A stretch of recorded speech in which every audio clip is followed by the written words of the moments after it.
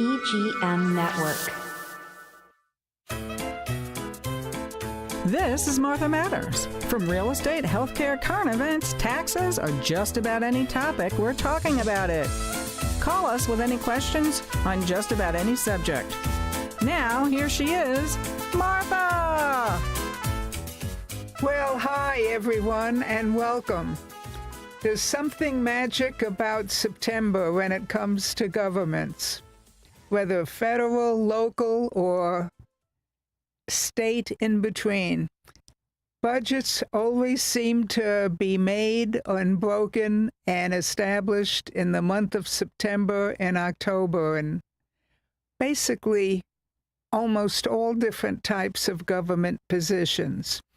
So I am very, very lucky to have with us today Laura Morse, the County Commissioner of Indian River County, and she's going to go over the new budget that is being proposed and new changes. And the big reason we're advertising this is, in all cases, most local governments have open meetings for the public to attend and have their input. And believe it or not, things can be changed if there is a real determination or a good idea. So we want the public to be involved. You know, it's easy for all of us to say, oh, we don't influence the decisions. Well, this time you do.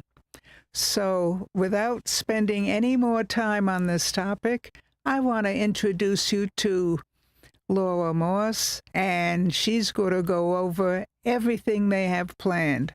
That's a big request. Good morning, Martha. Glad to be here today. Laura Morse, County Commission, District 5, beginning my second term in office. And thank you to everyone who voted for me and continues to support and encourage me. Heaven knows we need encouragement.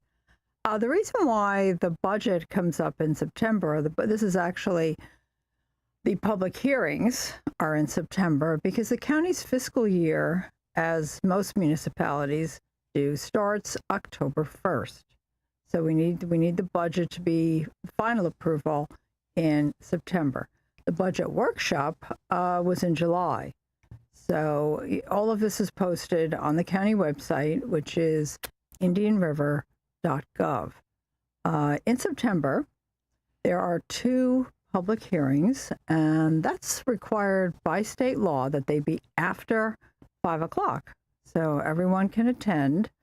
The first one will be Wednesday, September 10th, and that's technically it's at 5:01 because p.m. because it has to be after 5.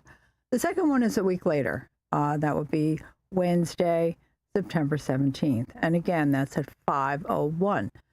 And that's in the County Commission chambers. For those who don't know, that's right across the street from motor vehicle. Most of the people have been to motor vehicle for one reason or another. So when I say that, people usually know what I mean. But if you're looking it up, we are in Building A. That's how it's referred to. And the County Commission complex is across the street from the airport in Vero Beach. It's off Aviation. So we're on the first floor. First floor, if you walk in the door, it's on the right-hand side. So everyone's welcome, both evenings. We have a regular County Commission meeting the day before. That's September 9th. That's coming up. And County Commission, the regular schedule is to meet twice a month, usually the first and the third Tuesdays of the month. But everyone's welcome to the budget, and we're here to talk about it today. In very simple terms, I guess where I would start is that the millage rate has not increased. It actually has not increased the entire time I've been in office. For those who don't know, County Commission term is 4 years.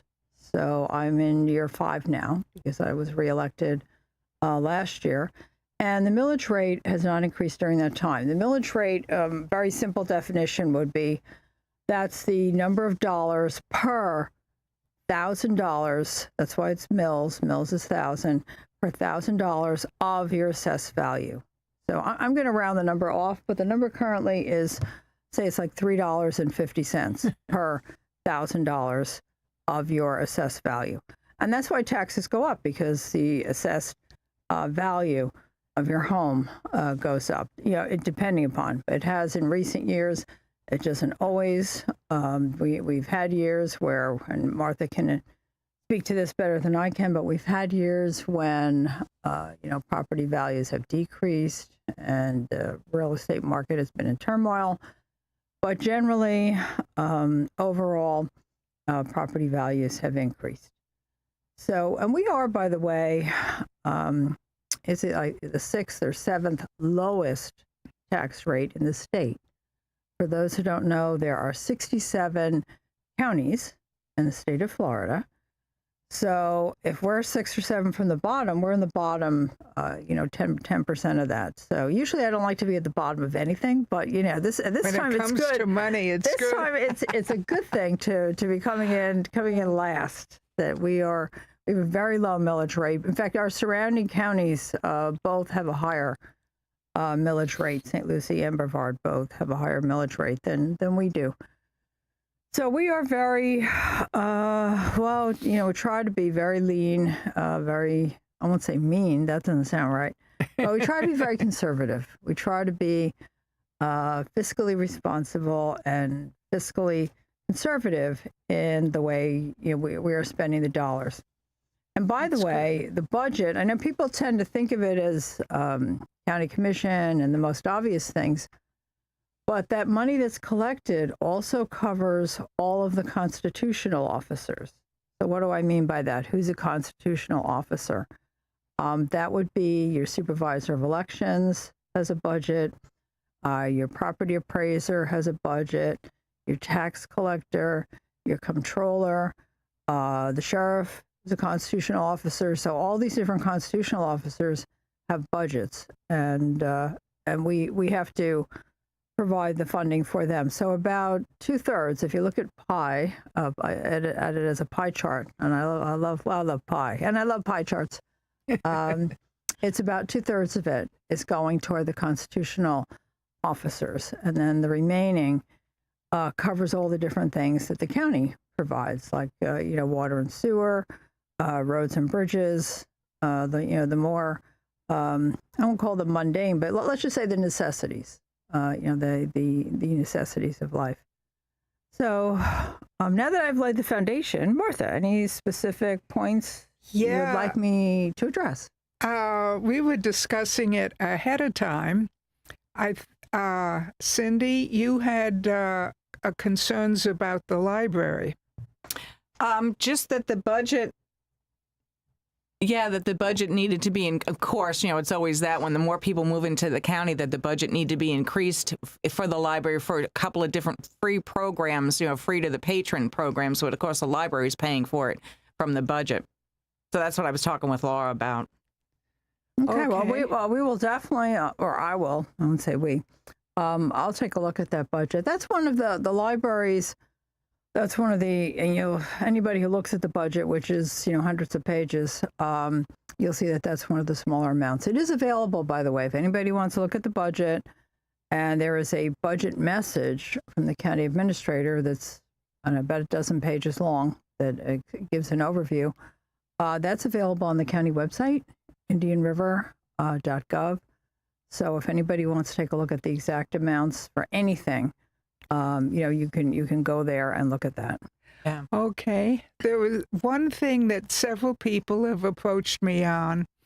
We have a couple of large developments, especially on US 1, and it goes from just north of the city limits all the way north through the county. And as we have a huge development, the Harbor Isles over in Wabasso, and we have newer ones now being developed, including those rental apartments across the street from Vero Orthopedic and then there are several other big clearings. Most people have raised concern when all these places are fully opened up and occupied, is the 2 lanes in each direction on US 1 going to be enough? And is there plans for road widening of any kind? Usually with the roads, that's something that the county, in terms of building new roads, it is so expensive right now. Yeah. The last number I heard, it's hard to believe, but it was like it's $1 million a mile. Easy to remember because it's such an incredible number, but it's hard to believe. That being said, so a lot of times it's state funds or even federal funds, or, we're involved in some of these things, mostly state funds. Florida Department of Transportation, for example, they're working on the bridge because I know the city officials, county officials, all the time we get asked about the bridges here, and that's the state. The state runs that project. The state pays for that project. It's their schedule. And they need to work all year because I know sometimes people say, well, why don't they just do it, when there's nobody here, do everything in the summertime? Well, they can't do like everything in the state of Florida only in the summertime. Right. And I'm not defending them. I'm not saying they can't be more efficient or whatever. Or better. They probably can be. I mean, couldn't we all be a little more efficient? I don't know. But, but they can't work, only during the summer. That's and take the other half of the year off. I mean, that's impossible. That will not happen.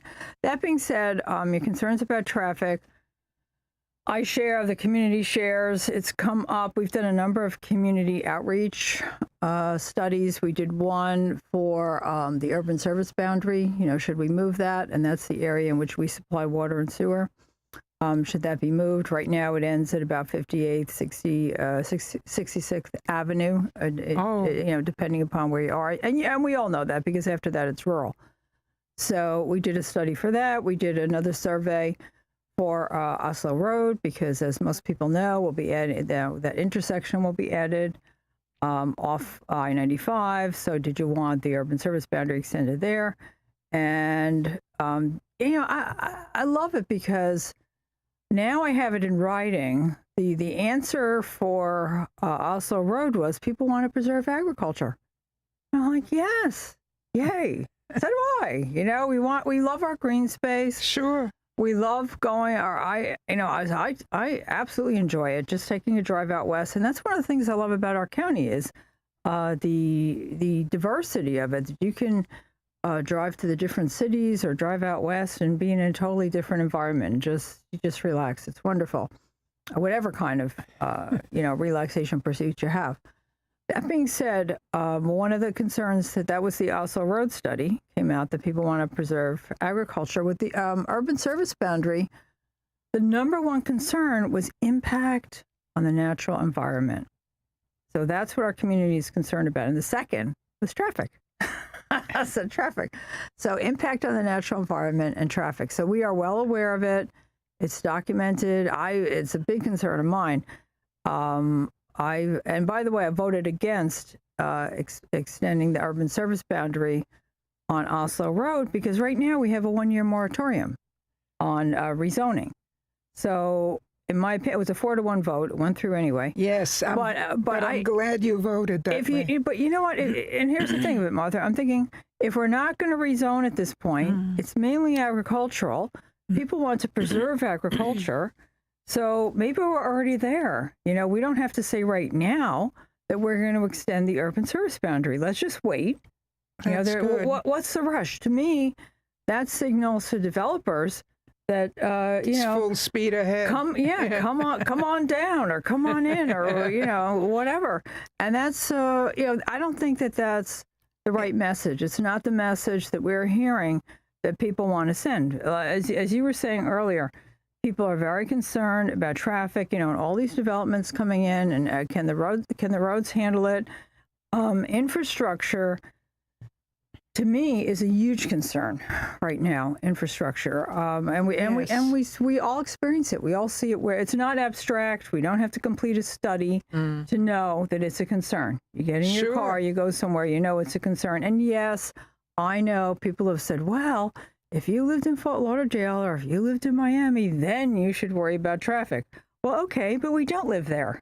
And we don't want to worry about traffic. We don't want to. We like our small town charm, and we want to preserve it. And that's absolutely the right thing, in my opinion. Yeah, I want to chime in on that too, because people do say that all the time, we don't want that, but now's the time to stop it. Now's the time to address the different things. Well, like you're saying, Laura, Yes. It's not 25 years from now and say, oh, we should have done this. Yes, now is the time, and I always encourage people. I mean, it's great. Come to the the budget hearings, but like I said, the budget workshop was in July. I mean, so it was a lot more fluid then. We've already voted on the millage, and I was telling you that's about $3.50. It's a big, it's got 4 numbers after the decimal point. I'm not going to get into all that, but it says say it's approximately $3.50 per thousand of assessed property value. But we already voted on that in July. And with the vote, it can't be raised. It can be lowered, but it cannot be raised. So that's the way it goes. So we're not raising taxes in that we are not raising the millage rate. Will your taxes go up? Yes, if your assessed value goes your assessed value went up because it's that number times whatever the value, whatever your assessed value is. That's how it's calculated.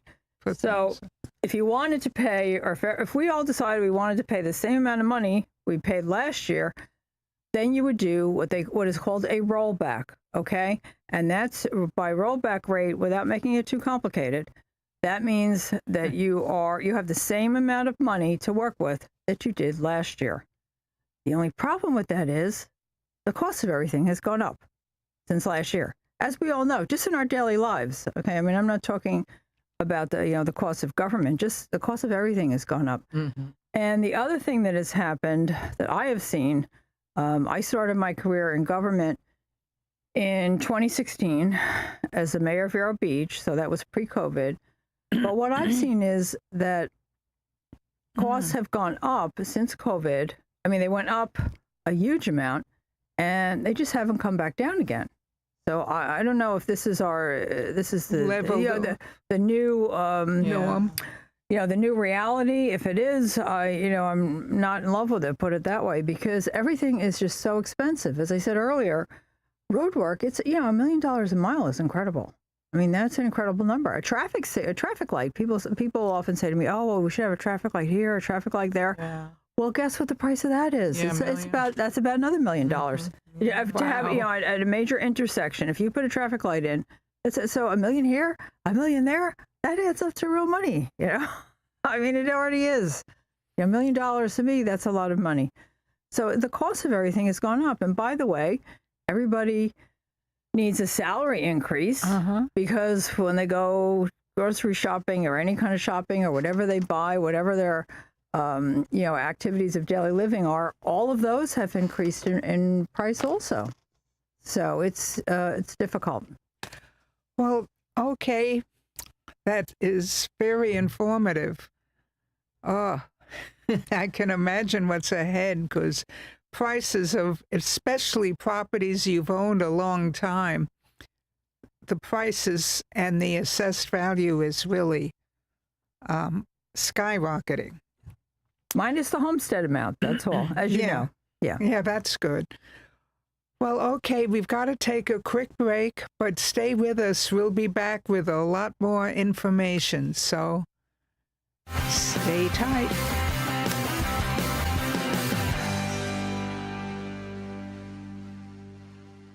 At Sunshine Furniture, our 35,000 square foot showroom is filled with the largest selection of in-stock tariff-free coastal furniture on the Treasure Coast. Dining and bedroom sets, occasional tables, sofas, sleeper sofas, love seats, and chairs in the latest styles and colors from Tommy Bahama, Lexington, Hooker, Four Seasons, Braxton Color, and Capri. We're the outdoor furniture experts and have hundreds of styles of any patio furniture you need, including a gallery of American-made Telescope, Berlin Gardens, and Pollywood all with no tariff ever. We specialize in fire pits, outdoor rugs, umbrellas, and replacement cushions. Right now, we're having a summer sale with lots of great markdowns and discounts on everything you need for your Florida home, including all pictures, lamps, and accessories half price. Sunshine Furniture, $12.95 US 1 in the Publix Plaza, Vero Beach. Don't forget to visit our outlet store directly across the street, filled with lots of name brand closeouts and sale items. Come in now for our summer sale and visit our website at sunshinefurniturecasual.com.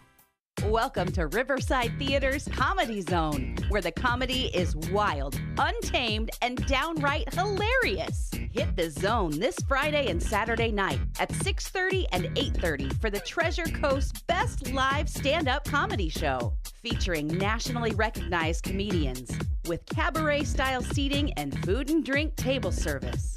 Buy tickets at riversidetheater.com and get ready for a night of non-stop laughs.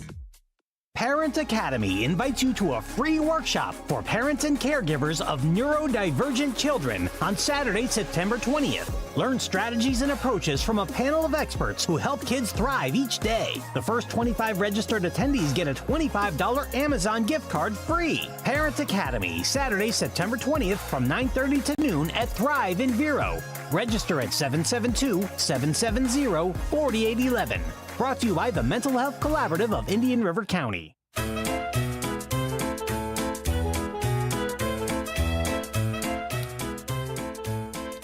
In case you've just joined us back, we're finding one problem that we really need you to come to the public budget meetings for. I want to see a packed house, and I mean packed, even beyond the seat amount allowed. Simply because we do not want to be so developed with all this new construction and continued instruction to all of a sudden end up like south of Palm Beach. You know, if you've been down there, you don't know where Fort Lauderdale ends, Pompano begins, Boca begins and ends, Delray begins and ends, all the way up to Palm Beach. It's one continuous metropolis. And right now, we do have, even with the expansions done so far, we do have a separate town, village feeling, and you know where Vero Beach begins and you know where it ends, and we want to keep that. And it's very, very important. Like Laura just said before, we have a new access from I-95. That means more everything from Red Lobsters to Red Lobsters right on down to McDonald's and everything else, commercialism near where the highways are.